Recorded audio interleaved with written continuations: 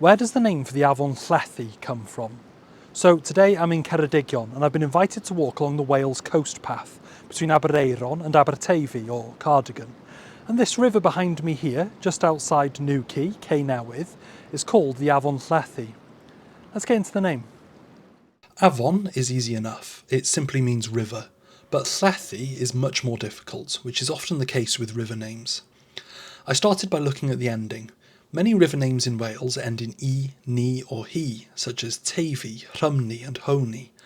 That made me wonder whether the final part of Llethi might belong to the same group, leaving an earlier element, Lleth, to explain.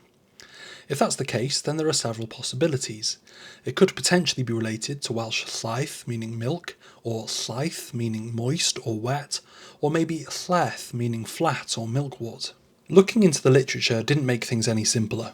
In The Place Names of Cardiganshire, Iwan Umfre records a number of earlier suggestions, including a connection with the idea of bending, a comparison with an Irish name for a Welsh river, Llethi, and even a link with the Breton place name Las, where the name has been interpreted as meaning a pole or a rod.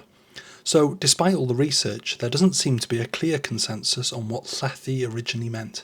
What we do know is that it's a beautiful river. It flows past Llanina through lush woodland before reaching the sea on a quiet beach just east of Newydd or New Quay.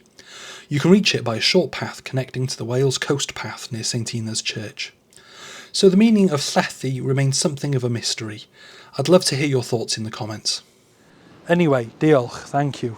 Give us a like, give us a share and give us a subscribe. And if you want to support me on my quest to explain every place name in Wales, and a couple outside of it as well sometimes, you can on my Patreon.